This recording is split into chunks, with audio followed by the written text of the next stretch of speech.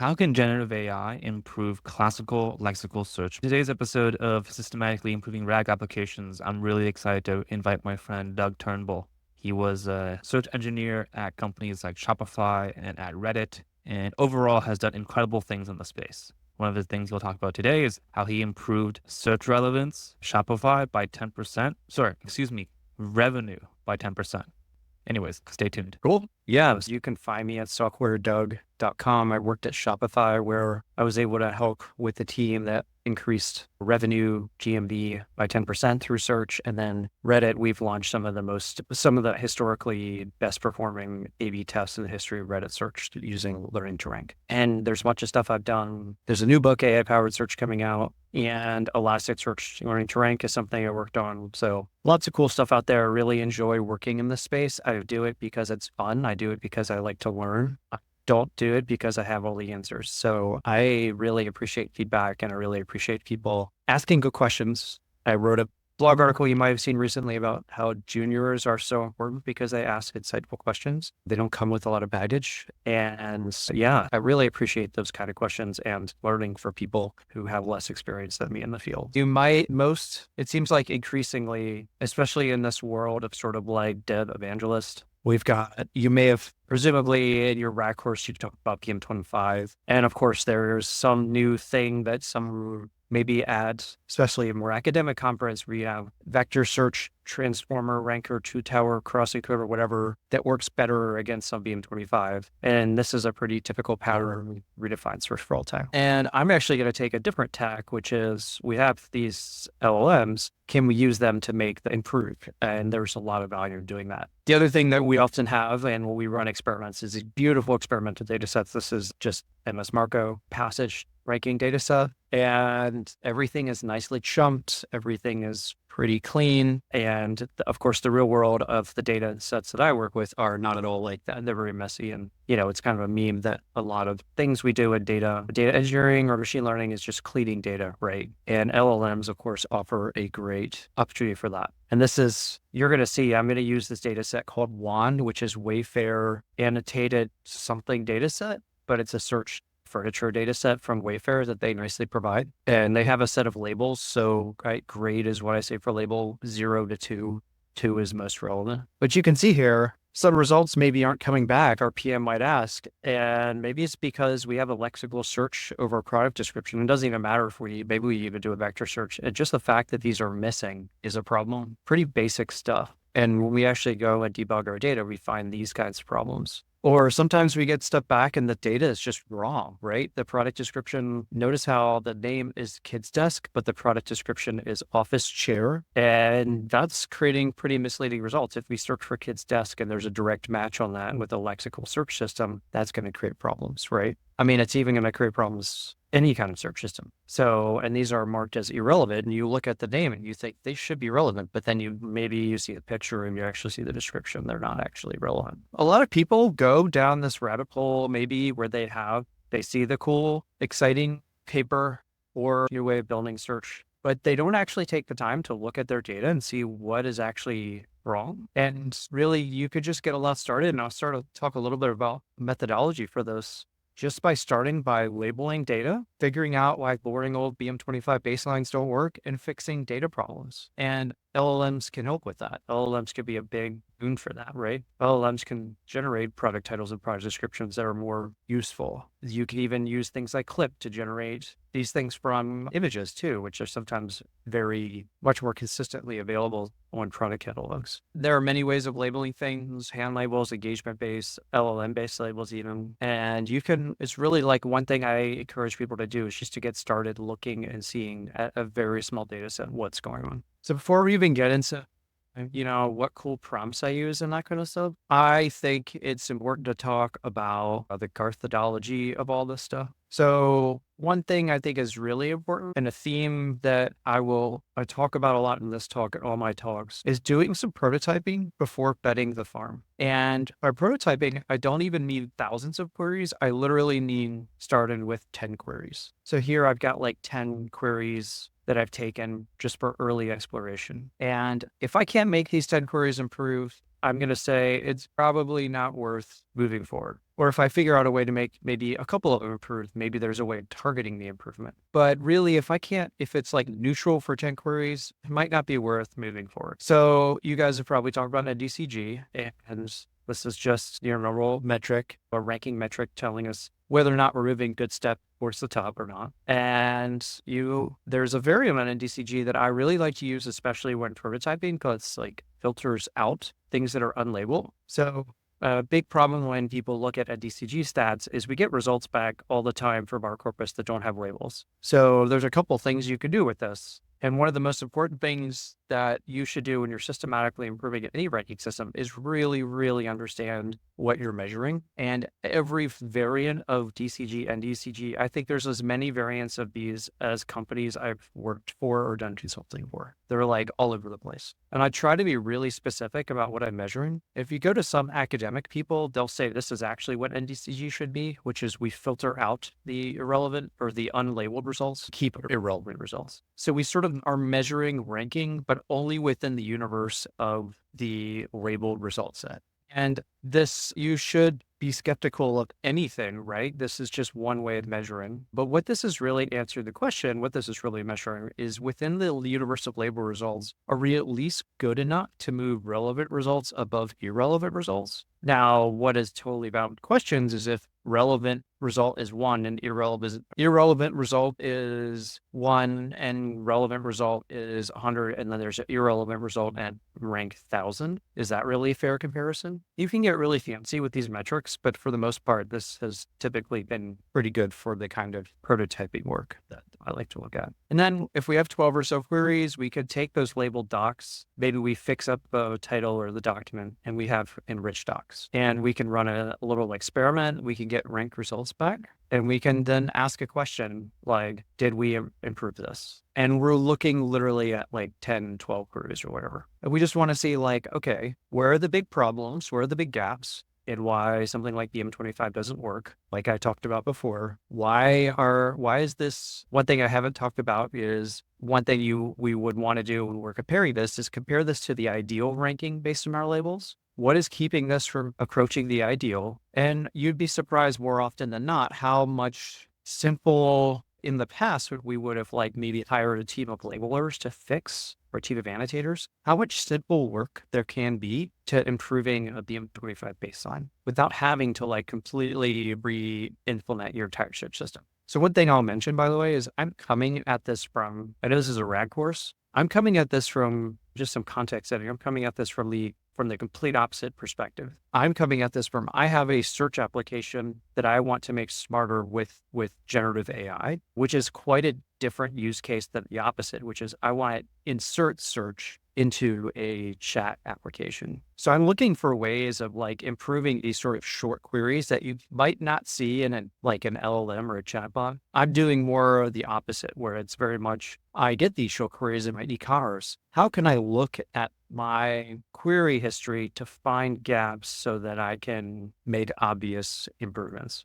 And a lot of times in those systems, we have a mature existing search system, and doing something like we probably have a mature Elasticsearch, Solr, whatever, OpenSearch, completely changing our search infrastructure or even adding something is a fair amount of work and may or may not be worth it. And sometimes people are in different positions. Sometimes people want to go for the big Hail Mary of adding a new system. Other times people just want to tune up and sort of like look for tactical improvements, or both. Both are perfectly valid. Yeah. And if we get to a point where we feel like we're actually making progress with these queries, we've solved a problem. Maybe a bunch of them are neutral, but we have a classic problem where a subset are improved, maybe by adding product descriptions with LLMs. Then now we work with 24 queries. And we just keep scaling up and scaling up. Maybe we multiply by 2 each time. And one reason for doing that is it's expensive to go through this LLM, right? And we don't necessarily want to start doing this with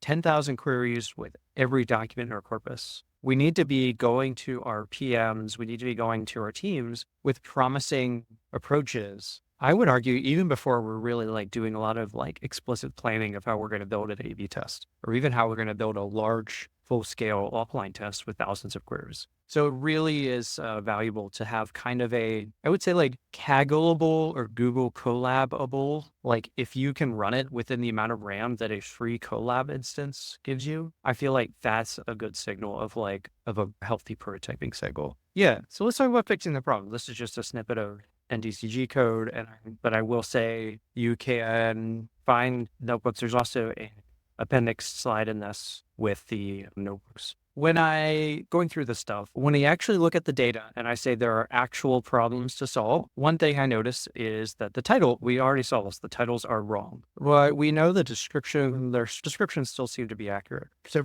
as a simple example, we could just say, create a very short 3 to 4 word title for product descriptions. Prefix your response with title, : is just and we're only using descriptions. And I give some examples from the data of good or bad titles just to give it some good few shot example ranking. And I'm not even using, when I do this, and you can go through the notebook, I'm not even using, actually, I realized I got the email the other day and I wasn't paying attention that GPT 3.5 is going away. So I got to go and change to GPT-4 micro or whatever. I'm not using fancy LLMs. I'm just using like GPT 3.5. And I feel like if I can't get a little bit of signal on the cheapest possible LLM, it may not be worth getting that extra like 10% or whatever out of the next LLM. So just a simple prompt, simple examples. And then I can sort of get these, so notice these fixed titles. I start to get reasonably fixed titles. And I can go through this and I can sort of like iterate on this data by itself, iterate on the prompts, get a sense for, am I generating titles that are reasonably reflective of my data? What's nice about this is these titles now are all going to be consistent. They're all going to be something that any similarity system could match within the constraints of that similarity system. We're not going to have to deal with these like inconsistent titles. And when I do that, generally I see almost universally positive or neutral results. And you can see a TCG test went up to from, I think the baseline was 0.31. Now let's look 0.36. And you can see this desk for kids obviously had that problem. And so that just kind of points at it's sort of like standing in for a class of query that's not actually working that hard or not actually working that well because of inconsistent product titles. There may be other things that would have similar problems. We have this one minor degradation that it might be worth digging into just to see what happened there, but other ones sort of improved a little bit too. So generally things are positive. This might be a good point where you say like, okay, well, let me scale up to like another 10 or whatever queries, see if this pattern continues. If there's other queries like desk for kids, let's just keep iterating on this. The other thing I'll say is one thing I also looked at that also had a similar result was not just searching. I'm not actually showing the code I'm doing in Colab to search. I'm using a library I create called Search Array, which is a BM25 search index in pandas. It's just useful for prototyping. But I actually search the combination of the actual title and the title that I generate. So both actually provide pretty good signal. Hey, are your RAG applications falling short despite using the latest frameworks and models? You're not alone. I'm Jason Liu, and I've helped a dozen companies improve their AI applications. I've developed a systematic approach that delivers results. If you want to check it out, join my free 6-week email course and learn the techniques I use in my own consulting practice. That way, you can stop guessing at what works and measure what matters. Just check out improvingrag.com. So what ends up happening is it used to be the case that we would have these problems and we would hire a big team to clean label this data. And obviously one of the big problems LLMs is we could get a team or we could get an LLM to do this work for you. It used to be I would create instructions for a team and they were of labelers and I'd hire half a dozen people going through my data and try to clean it up. And the PM or some content domain person would be in charge of doing this. Today, now, I feel like that domain expertise is much more, instead of writing a prompt to people, of course, you're writing a prompt to an actual LLM. And one thing that I don't have in here is the feedback loop is really what's important.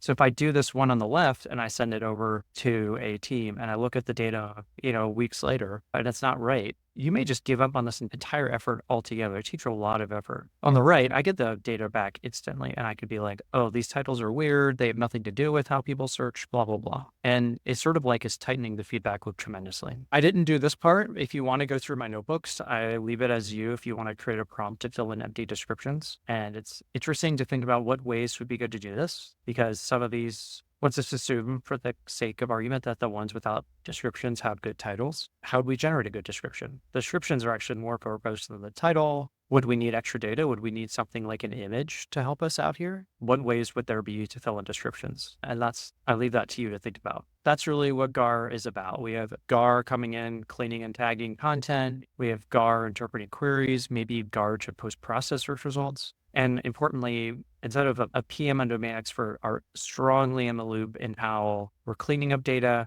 we're looking at how the data is being, working with our search index and trying to use LLMs to find ways to interpret things, improve things, and that kind of thing. But that's sort of like the obvious take, right? Of course, we can clean up data. You guys have probably, maybe in your RAG course, you've talked about things like two-tower models, or you've seen two-tower models in the embedding system. But there are a lot of lexical similarities that sort of reflect how embeddings work that we used before as a sort of like lexical analog to embedding system. But to motivate that a little bit, I want to mention there's this big problem in search that I'm sure, which is the vocabulary mismatch problem. So you have this like formal light fixture, and then you have this like a least chandelier. Like nothing on the left is mentioned on the right. And that's a vocab mismatch. And of course, we could go and make a vector search system for that. Totally possible. The other thing we could do is, and this is like the first thing that I hear people think about all the time, is to think about, I want you to take this data, these queries,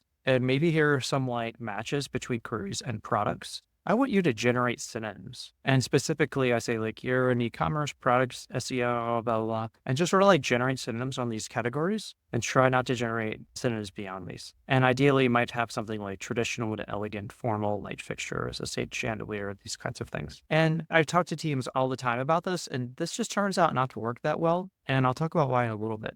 But we're more or less blindly applying synonyms, and you get pretty consistent results. Interestingly, this query that we know has a big problem kind of works okay. It improves a little bit, but we have a lot of degradations. So it's pretty meh, right? And we look at the actual synonyms being generated. Unless we put a lot of work into this, which I'll talk about how we might do that in a little bit, we see things like some pretty dumb synonyms like upholstered bed. Furniture is a synonym for bed. Well, I guess it sort of is, but it's so broad. Youngster for kids. I mean, who searches for youngster? This is kind of smart, actually. It's like Kari is actually modern and contemporary. Like it knows what that product line is. Two-piece set or hair. Like that's actually kind of interesting. So there are like interesting things in here, but there are also kind of dumb things. And part of the problem is synonym is a pretty messy concept in language. Like when we think about how language is related, like synonym just means related term. It doesn't mean it's more specific. It doesn't mean it's less specific. It doesn't mean it's a broad category that includes this.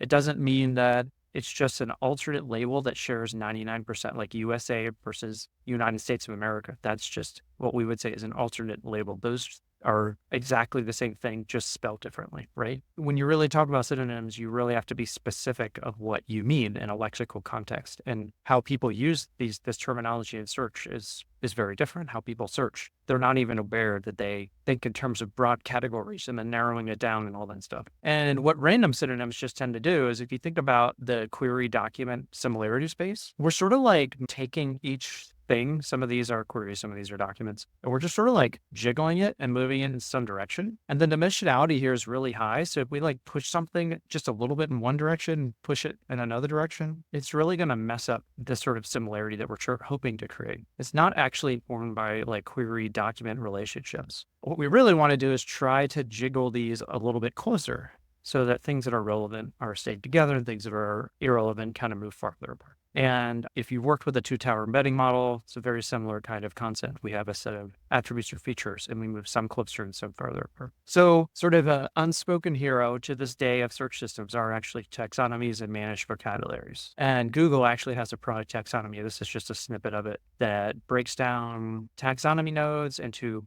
so you think about it as a folder structure. We have a top level category, a category under that, and a category under. And a big trick that people have often done for the longest time with search to make a semantic search system is they'll map a query to a taxonomy node, and they'll do kind of a taxonomic similarity ranking as like almost like the outermost ranking. So the the most similar thing that you would maybe expect if you're searching and let's say you typed a query, this isn't the exact query you typed, but you typed a query that maybe it was toddler bed or something, and it mapped to this, or toddler bed accessories, and it mapped to this node. The first thing that you might expect in search results are basically types of bed accessories, and those are hyponyms. Those are more specific concepts. Those get narrower in the taxonomy. The next thing you might expect is parents. So more general things, slightly more general. So baby and toddler furniture. So we maybe don't have this stuff, but maybe we can show you some toddler furniture. Who knows? Maybe it was slightly mislabeled. Maybe it's relatively close to what you want. It's your intent. And then finally, we might show siblings. So other things in these categories. So siblings to this category. Yeah. And this sort of taxonomical ranking is really foundational thing that you see in a lot of search systems. And it's funny because it's one of those things it's been around for a long time. There's not a ton of it's not exciting or sexy. And so there's not a ton of content out there that talks about this, but it makes a fantastic way of doing DAR, of building a kind of almost two-tower system of labeling queries and documents in a similarity space that is shared between query and document in a way that when we can issue a search for this and get back products in this, if we label our products with taxonomical labels, get back things in this taxonomical similarity, right? This is extremely powerful. And it has the advantage of being in this interpretable lexical space where if there's a problem, someone can actually go and manually change a taxonomical node or how something in the query lookup database or whatever. So inspired by this, I created an LLM prompt, give you a product description, give me the Google product taxonomy, it likely falls in, and I gave it a subset of taxonomy, and I gave it some examples. So I actually listed a subset of taxonomy. This is tricky. The one thing I'll say to this is because the taxonomy is relatively large, if you don't tell about the taxonomy, it is prone to hallucinating a taxonomy. So you have to be pretty careful with that.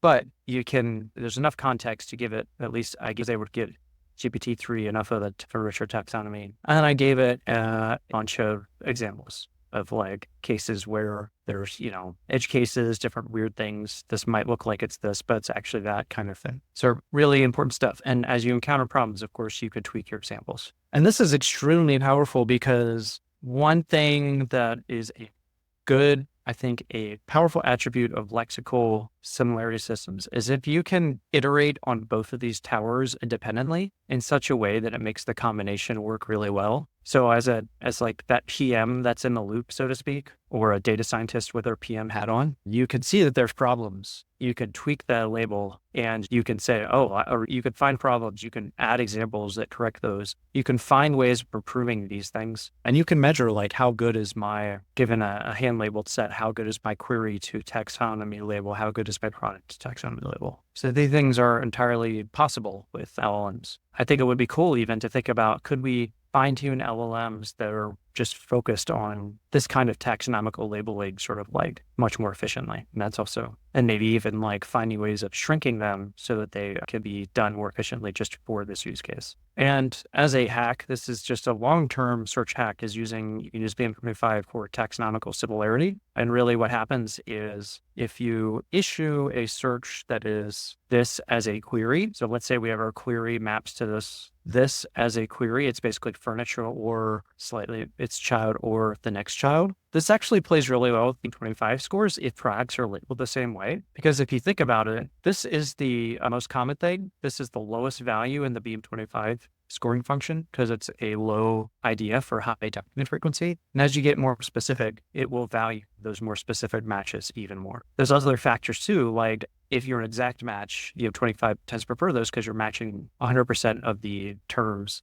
If there are additional children and stuff, it's like siblings and whatnot. It's not going to prefer those as much. And I went to a talk that's probably 10 years old that talks about using taxonomical similarity, probably in Solver back in the day. But these techniques are, nothing ever dies in search. A lot of these things are time immemorial techniques that work really well. And we do this. We also get a nice bump in similarity, get a slight drop due to some kind of miscount here. The other thing that's interesting is this query here might actually map to more than one. There's outdoor furniture and there's rocking chairs. And that actually points to If you think about this, you could, of course, a couple of the ways we could do this, we could start mapping things to more than one taxonomical note, totally doable. But it also points at the fact that, sometimes it's, if you have a library and finding things in a library using the Dewey Decimal System is extremely powerful when you have an LLM librarian that's categorizing things. But often the real world is messier than that. So this isn't replacing something like vector search, where this kind of thing crosses across different categories. So something like vector search is still possible, but there's also like